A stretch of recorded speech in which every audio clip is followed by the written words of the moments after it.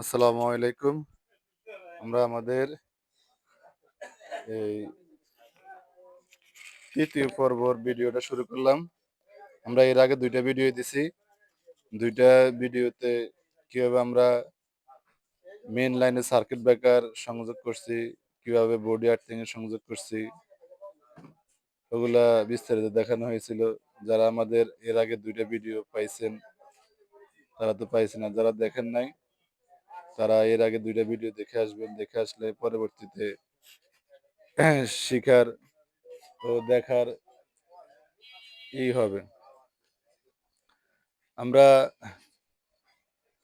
এখন পার্ট 3, তার মানে এটা শেষ ভিডিওটা এই ডিবি বক্স ওয়ারিং এর।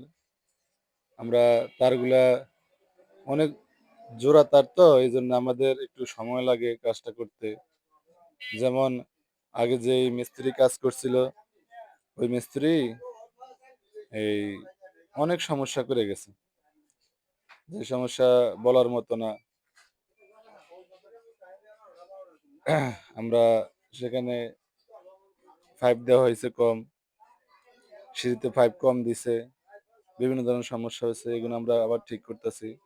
যেমন এখন তারগুলা যেমনি মন চাইছে সেমনি আগে লাগাইছে। আমরা এখন নতুন করে তারগুলা সংযোগ দিচ্ছি। অনেক জোড়া দেওয়া লাগছে তারে। তারে জোড়া দিয়ে সুন্দর করে, এখানে যেমন ১২ টা তার আছে, ৬ টা লাল ৬ টা কালো। এটা আমরা একটা ফ্লোরের জন্য রেডি করছি। এখানে ৬ টা সার্কিট ব্রেকার সিঙ্গেল আছে। এখানে আমরা সিঙ্গেল সার্কিট ব্রেকারে ৬ টা লাল তার সংযোগ দিতেছি। আর সংযোগ দেওয়ার সময় সবসময় মাথায় রাখবেন, কখনো যেন লুজ কালেকশন না থাকে। আমরা লাল তার সংযোগ শেষ করে, এখানে ৬ টা কালো তার আছে। ৬ টা কালো তার যেই মিটারের সাথে আমরা লাল তারগুলো সংযোগ দিচ্ছি, সেম ওই মিটারের আর্থিং এর সঙ্গে আমাদের আর্থিং টা সংযোগ দিতে হবে। তাহলে আমাদের ১ মিটারের আর্থিং আরেক মিটারের সাথে সংযোগ হবে না। এগুলো আপনারা মাথায় রাখবেন।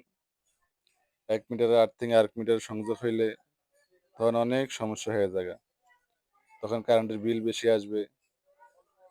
অনেক ধরনের অনেক প্রবলেম হয়। যারা ইলেকট্রিক কাজ করে তারা বুঝবেন। এখন আমাদের এই মিটারের সংযোগটা শেষ। এখন আমরা তারগুলা লাইন ফ্লোরে ব্যবহার করার জন্য আমরা তারগুলা একসাথ করে লাইন ব্যবহার করছি। এখন আমরা আবার আলাদা করে আরেকটা মিটারের সংযোগ, আরেকটা ফ্লোরের সংযোগ দিচ্ছি। এখানেও সেম ১২ টা তার আছে। ৬ টা লাল, ৬ টা কালো। এই ৬ টা লাল তার, ৬ টা কালো তার, এগুলা আমরা কেবল টাই দিয়ে ভালো করে এগুলা সাইড দিয়ে নিয়ে ভালো করে ড্রেসিং করে, সুন্দর করে, যার যার কাজ যত সুন্দর হবে তার ফিনিশিং তত সুন্দর হবে। কিন্তু সবাই তারটা একটু ভালো মানের ব্যবহার করবেন। কারণ তার যদি খারাপ হয় তাহলে অনেক বিপদ। এখানে আমরা আবার ৬ টা তার ফেস ফ্লোরের, প্রত্যেকটা ফ্লোরে ৬ টা ফেস, ৬ টা নিউট্রাল। প্রত্যেকটা ফ্লোরের জন্য আলাদা তার নিচে নামানো হইছে। প্রত্যেকটা ইউনিটের জন্য আলাদা তার। আমরা ৬ টা ইউনিটের ৬ টা তার, ৬ টা সার্কিট ব্রেকারে সংযোগ করে দিছি।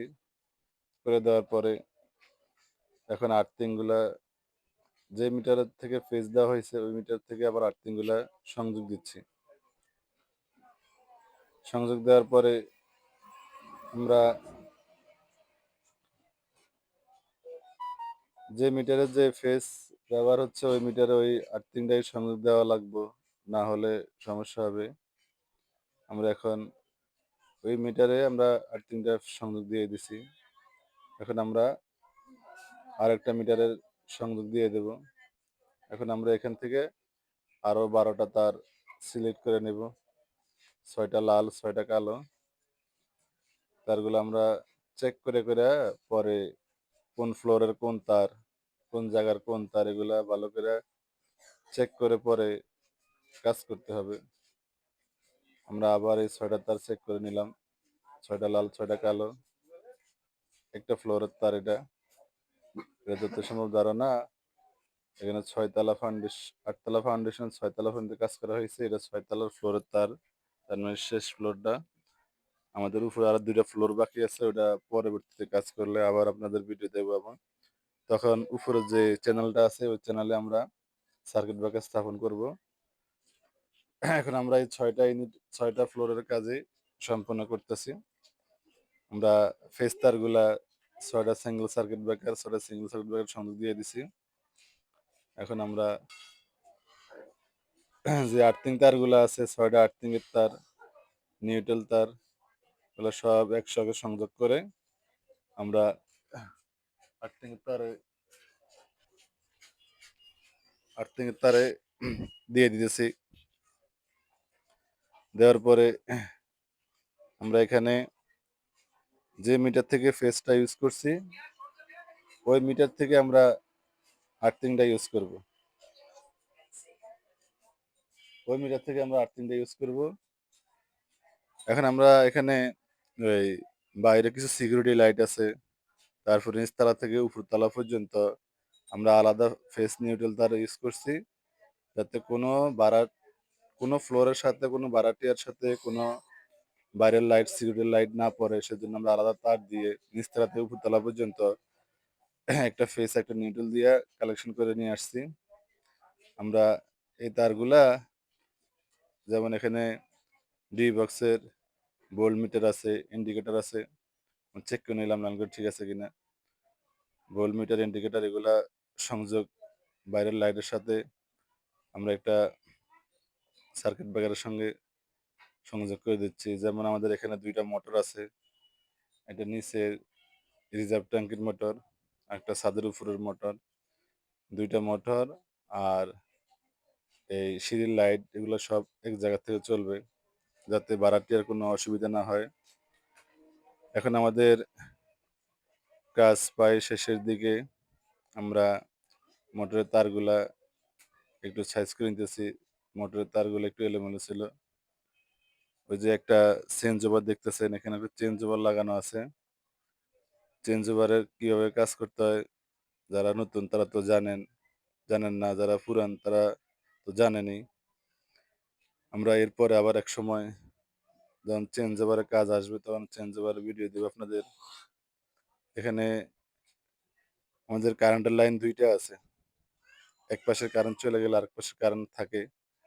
তখন আমরা চেঞ্জ ওভারটা ব্যবহার করি যাতে মোটরের পানি যেকোনো সময় উঠানো যায়। এজন্য আমরা চেঞ্জ ওভারটা এখানে স্থাপন করছি। আপনারা চাইলে যদি আপনাদের বাসা-বাড়িতে লাইন ২ দিকে থাকে, মোটরের পানির জন্য চেঞ্জ ওভার ব্যবহার করতে পারেন। চেঞ্জ ওভার ব্যবহার করার পরে কারেন্ট থাকলে একদিক চলে গেলে আরেকদিক থাকবে, একদিক চলে গেলে আরেকদিক থাকবে। তাহলে মোটর সবসময় পানি থাকবে। আর বিশেষ করে আমাদের কাজ সম্পূর্ণ শেষ। এখন একটা বক্সটা পরিষ্কার করে নিচ্ছি। বক্সটা পরিষ্কার করে আমরা এখানে অনেক ময়লা ছিল তো মেশিন দিয়ে হাওয়া দিয়ে পরিষ্কার করে নিতেছি। কাজটা করতে অনেক পরিশ্রম হইছে। এখন আমার ঢাকনাগুলা সুন্দরভাবে লাগিয়ে নিতেছি। আর বিশেষ করে আপনারা আমাদের এই চ্যানেলটা সাবস্ক্রাইব, শেয়ার